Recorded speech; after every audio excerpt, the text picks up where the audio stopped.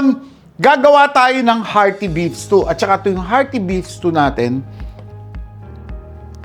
pinadalan ako ng American Heritage. Ito, auto-lifting and self-steering pan. Ayan o, merong parang propeller may steerer sa loob para hindi nasusunog. Kung makapal yung stew nyo o makapal yung gravy dish nyo, hindi nasusunog at hindi nagkakaroon ng burnt taste. So, ito, tingnan nyo.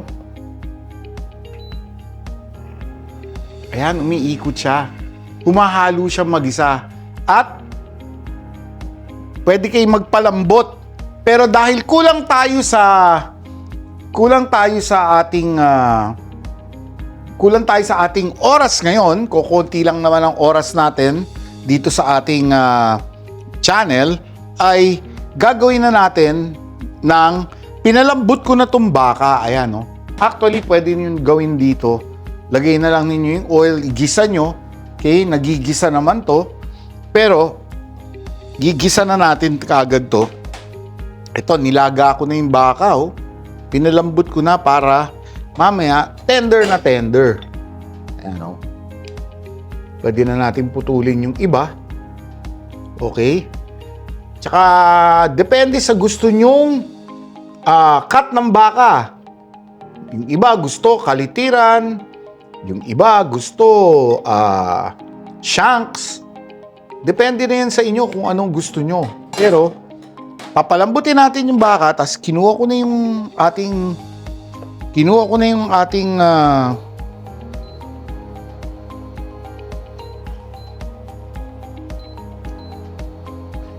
yung ating sabaw para dire-diretso. So, ano kailangan natin dito sa hearty beef stew? Ano kailangan natin? Siyempre, ito, pinalambot ko na yung baka, tinabi ko yung sabaw. Okay? Pagkatapos, kailangan natin ng zucchini, pearl potatoes. Ito, pearl potatoes, ito, hindi na namin binalatan to. In-scrub na lang, skin or pad na lang, tapos hinugasan. Okay? So, ayan. May pearl potatoes tayo, may zucchini, may carrots. Tapos, ang mga kailangan ng butter. Okay? Kumuha tayo ng Magnolia butter. Kailangan din natin ng olive oil.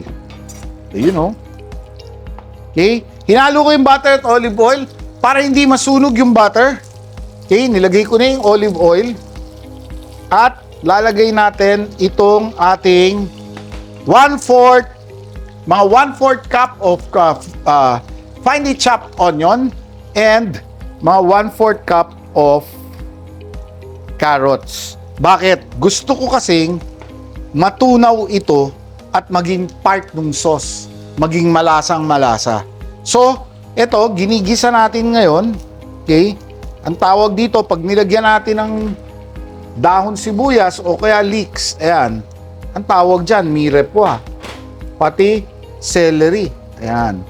So, ilalagay ko na yung ating pinalambot na beef na baka. Ayan, sama buto para flavorful. Okay? So, itong beef ribs natin, sasama ko na yan at gently siya ay maro-roast kasama nitong mga tinadtad na gulay. Kasi habang pinapalambot natin to, natutunaw din yung gulay at yung lahok, sarap at sustansya papasok na dito sa ating baka. So, ayan. Okay? So, ito ang ating hearty beef stew. Okay? So, ayan ang ika-caramelize natin yung gulay. Lalagyan na natin ng, pabanguhin na natin. Lagyan natin ng rosemary. Okay? 1/4 teaspoon ng rosemary. Yan. Tapos nun, ito pa yung mga ibang pampabango natin. Lagyan natin ng thyme, pinch ng thyme. Huwag masyadong maraming thyme, baka maglasan lupa. Pero napakabango niyan pag tamang-tama yung inilalagay natin.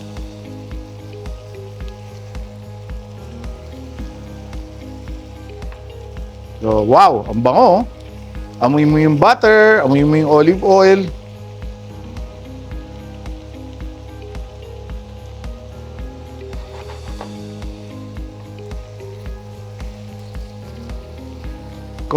So, ayan. We're going to let this caramelize. And to make it caramelize even better, lalagyan na natin ng ating 2 tablespoons tomato paste. Okay?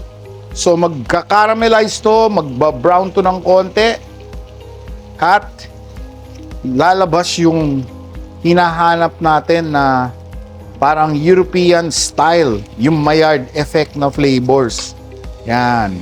Yung caramelized flavors, lalabas yan, lilitaw yan dito sa ating hearty beef stew. Ang masarap nito, pagkaluto nito, kunyari, nagluto kayo ng marami, pwede po nating i-freezer to.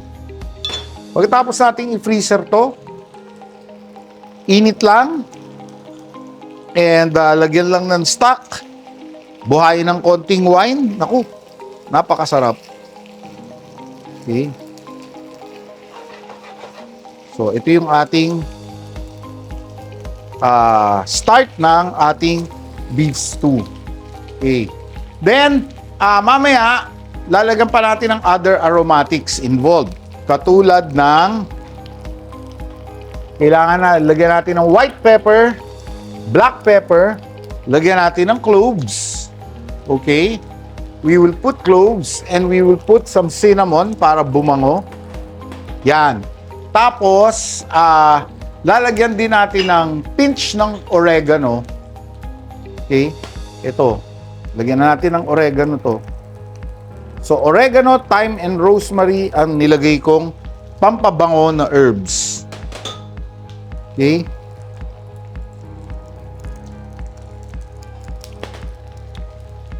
Okay. Tapos, pwede nyong, kung gusto nyong mas matapang ang dating nung flavor, mas mataas ang linamnam natin, pwede rin yung lagyan ng onion powder. So, ito na lang. Salt na lang, cinnamon, cloves, tsaka onion powder. Ayan na, nagka-caramelize na. Ngayon na nagka-caramelize na to, okay, nagkaka-Maillard effect na, lalagyan natin ng, okay, onion powder, a little cinnamon, cloves, no, kalabos. Yung cloves, maaaring takot kayong gumamit niyan dahil amoy sa dentista, pero pag nahalo yan kasama ng karne at lahat, napakasarap na niyan. Okay, so ito yung ating cinnamon, cloves, other aromatics natin. Let's put pepper. And let's put another type of pepper, black pepper. So, black pepper, white pepper. Yan, type ko yan. Maglalagay ako ng black pepper at white pepper para full ang spectrum. Ayan, ang bango. Sana nandito kayo. Okay, lagyan na natin. Asinan na natin ng konti. Okay. And I am ready to put our flour. Okay.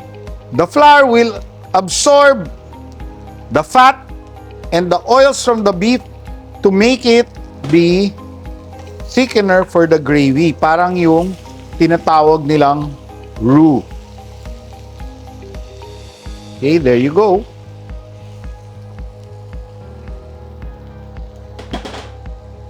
And yung last na natin na ilalagay, okay, last natin ilalagay, ito pong ating potato. And sasabawan na natin. Itong zucchini at saka carrots, mamaya pa yan. Pero ilalagay ko na itong ating stock. And we will have a beautiful and hearty beef stew. Ayan. Hindi po siya mapula, parang kaldereta. Medyo brownish red siya. Maganda pong recipe na to. Tapos, lagyan natin ng red wine. Okay? Red wine is optional. But, ako, I like it because nakakataas po siya ng linamnam. Okay? So, ito na ang ating beef stew. Hearty beef stew. Hihintayin nating lumapot to habang umiikot sa ating American Heritage, okay? 4-in-1 multi-cooker. So, tulad ng sabi ko sa inyo, walang sunugan ng ilalim yan. Hindi maglalasan sunog yan. May ginagawa kayo, busy kayo, naghahalo na siya ng sarili niya. Okay, so I'm putting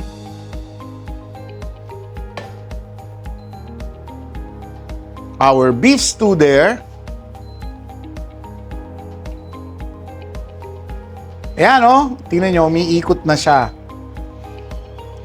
So, yan na yun.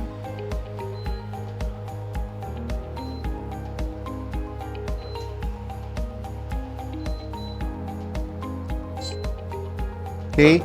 So, mamaya, pag gusto nyong i-press uli habang nagsisimmer siya, okay? All you have to do is press this and it will stir by itself. So, I am going to put our carrots because this is not quick cooking. The zucchini is, so mamaya pa yan. Timing lang. And let's get that ready. Ikot siya. Okay? Maganda nito, tatanggalin lang ninyo to sa kitchen, lalapag nyo sa table, elegant siya. Hindi siya hindi ang gandang tingnan. Elegante siya. So, ito na po ang ating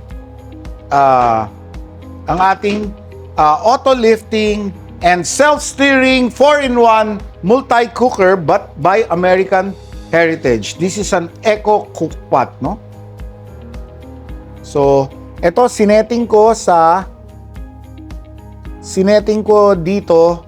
May setting to, may congee, may soup, may ano. Sineting ko to sa hot pot. Okay? So, habang nandiyan yan, gawa na tayo ng ating salad. So, sa paggawa ng ating salad, para may kasilbi tayo nito, pag natapos yung ating hearty beef stew, pagkatapos yung ating, lagay ko na lahat nito, to spice, to cinnamon.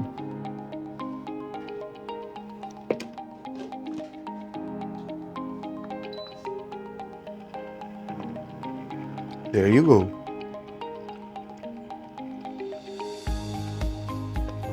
Okay. So,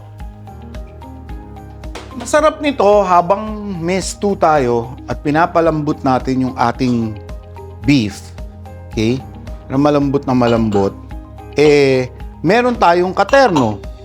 May gulay na rin itong stew natin. So, very refreshing dahil summer ngayon, very refreshing, ay gawa tayo ng mixed na salad. Marami na ako ipakita sa inyo mixed salad, no? Pero, meron akong gagawin ngayon. Gawa tayo ng mango vinaigrette, mango wasabi dressing. So, I'm going to get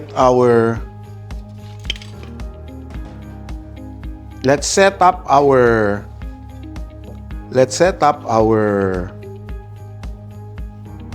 salad, and maganda to, may mix salad tayo. Tapos pag naglagay kayo ng dressing sa salad, dapat makintab lang. Huwag yung ibababad yung salad na babad parang kinilaw. Hindi okay yun. Dapat medyo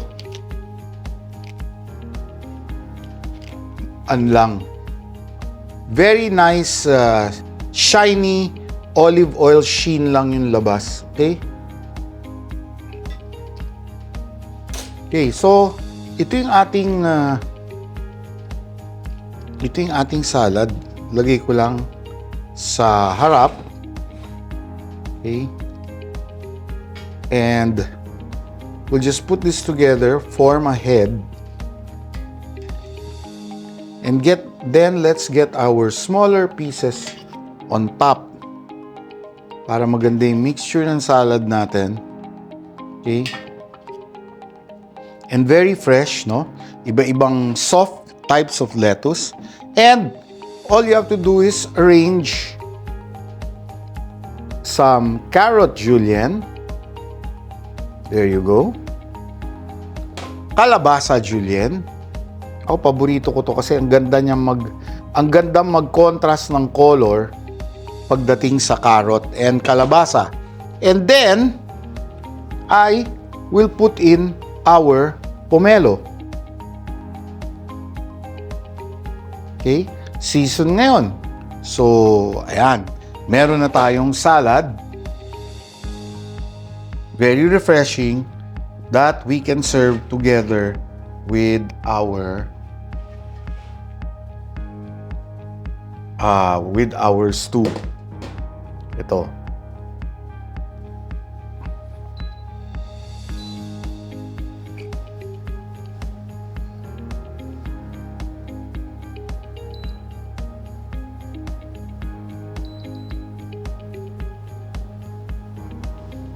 Okay. So, adjust lang. Very, very easy ang adjustments. Let's make our dressing for the vegetable, for our mixed salad, no?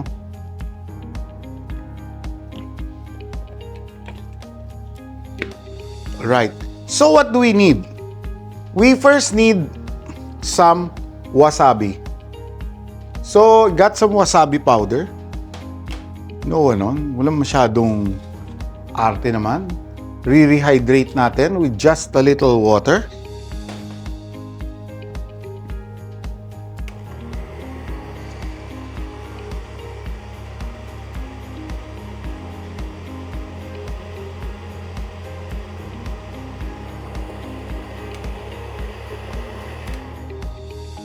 Okay, and I will place some green mango and some ripe sweet mango together, and maybe just half a tablespoon of onion. Okay? Hindi, very light tong dressing na gagawin natin, kaya hindi naman masyadong salt, hindi naman masyadong matapang, at hindi marami. Okay, fresh na dressing to, so better pang one day lang to. Ayokong tinatago to.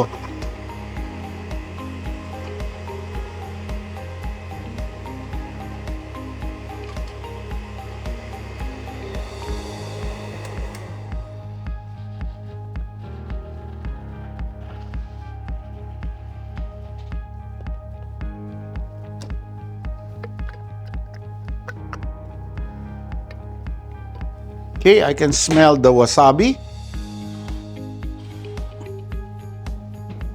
And yung magpapaasim dun sa, ito yung olive oil, yung magpapaasim sa salad natin, yung green mango.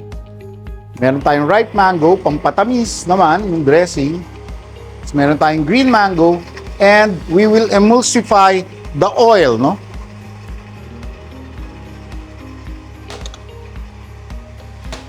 We will get the oil to emulsify.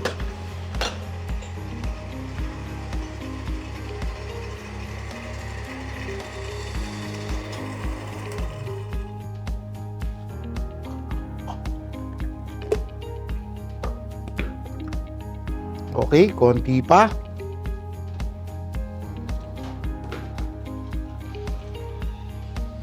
Let's add some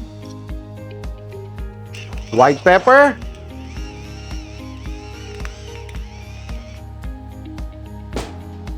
A little black pepper.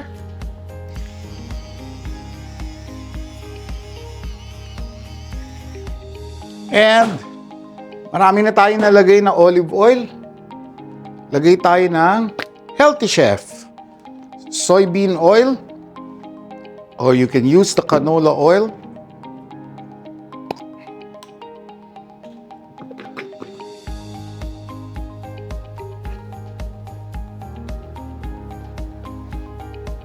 Ito, lagay natin ng ating dressing.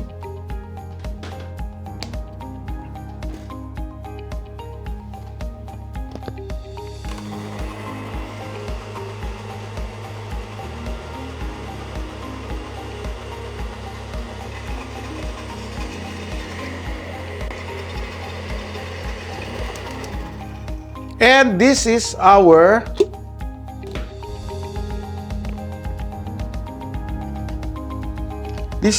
emulsified dressing, as you can see. Ayan, oh. Ganda-ganda niya. So, kung hindi pa nyo isisilbi yung inyong dressing, ilagay na muna natin dito. Uy, may natira pang buo na mangga.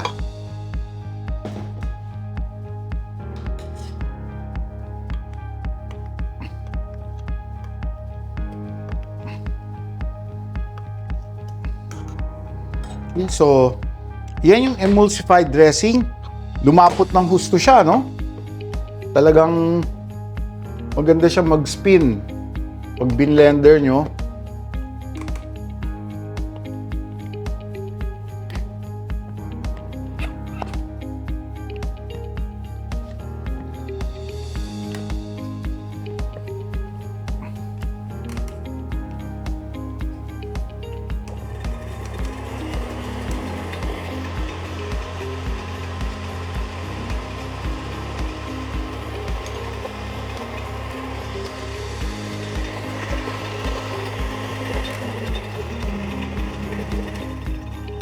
Okay, yung natira nung hindi nadurog na mangga.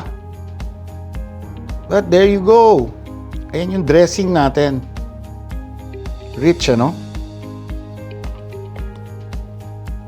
And, yeah, that works well with lots of vegetables.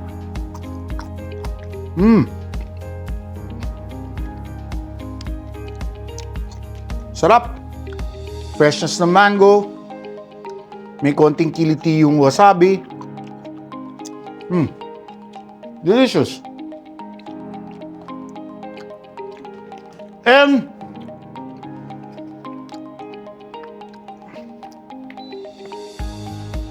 okay, so ito, paikutin natin ng konti pa ang ating beef stew.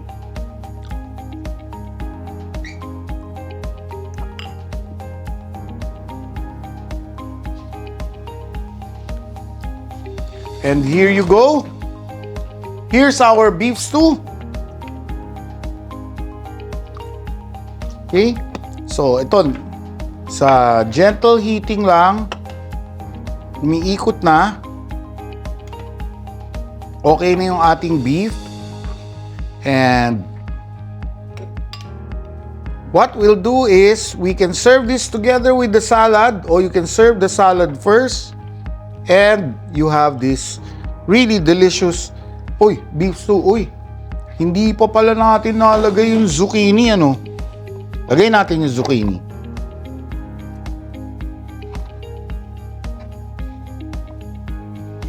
And paikutin natin uli.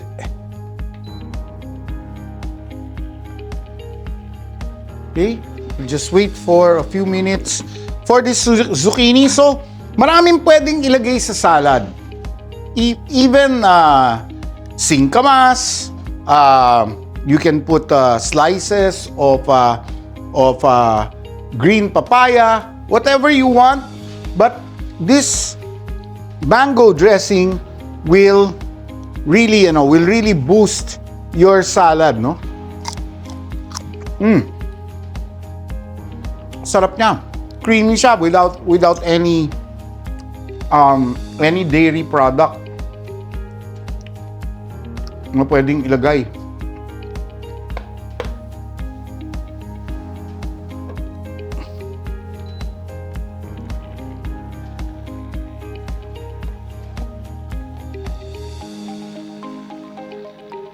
And you have the goodness of, the potato. You have the nutrition coming from your zucchini and your carrots. Maganda to. Tapos merong konting durug na carrots at saka onion siya. So, talagang ano siya, very wide and range ng linamnam at umami niya. So, there you go.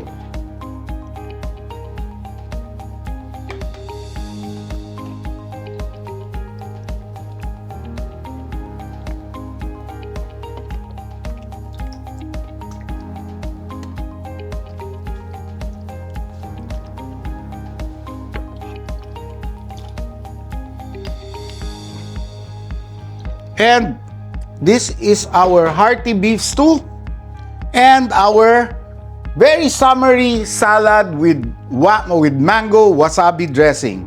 And syempre magpapasalamat tayo at magbibigay ako ng announcement. Like I said, starting next week, Sabado nights na po tayo. Abangan nyo ang At Home with Chef Gene, Sabado nights. Tapos, iniimbita ko po kayo sa Cafe Isabel. Meron tayong acoustic nights every Saturday night starting from 5 o'clock to 10 o'clock in the evening. Maganda ho dahil magandang drinking natin. Malaki ang discounts natin pagdating sa drinking. Dami tayong food na pwedeng i-present. Marami kayong kung gusto nyo mag-relax, mga kaibigan nyo after the office or after work, yan, magkita tayo every Saturday night, acoustic night at Cafe Isabel. Magaling po ang mga artists natin.